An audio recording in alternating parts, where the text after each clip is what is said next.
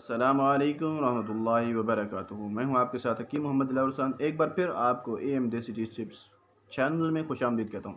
दोस्तों, आज जो मैं आपके लिए नुस्खा लेकर आया हूं, ये दमा के लिए भी बहुत मुफीद है, बांझपन के लिए भी बहुत मुफीद है, और बहुत से कब्ज़ कुशा के लिए भी बहुत मुफीद है, और मैदा के अमराज के लिए भी बहुत ज़बरदस्त चीज़ है। नुस्खा नोट फरमाएं, बहुत ही सादा और आसान सा नुस्खा है।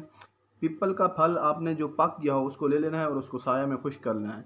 जब बिल्कुल खुश्क हो जाए तो आपने उसको रगड़ कर उसका चूरन बना लेना है। तो ये मैदा ममसक चूरन है, इसको हम चूरन कहते हैं। उस चूरन को आपने गर्म नीम के दूध के साथ आपने 9 माशा सुबह और 9 माशा शाम को इस्तेमाल करें। इंशाअल्लाह ताला अज़ीम कब्ज़ की जो आप बीमारी है और वो हमेशा हमेशा के लिए, और आपका मैदा भी बहुत ज़बरदस्त और हाजिम हो जाएगा।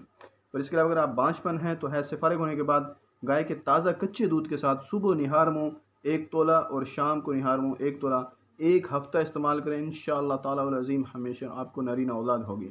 और ये बहुत ही आज़मूदा नुस्खा है। और तीसरी चीज़ कि हर किस्म के दमा के लिए 1 तोला सुबह और 1 तोला शाम इस्तेमाल करवाएं। इंशाअल्लाह ताला वल अज़ीम एक ही हफ़्ते के अंदर दमा भी ख़त्म हो जाएगा।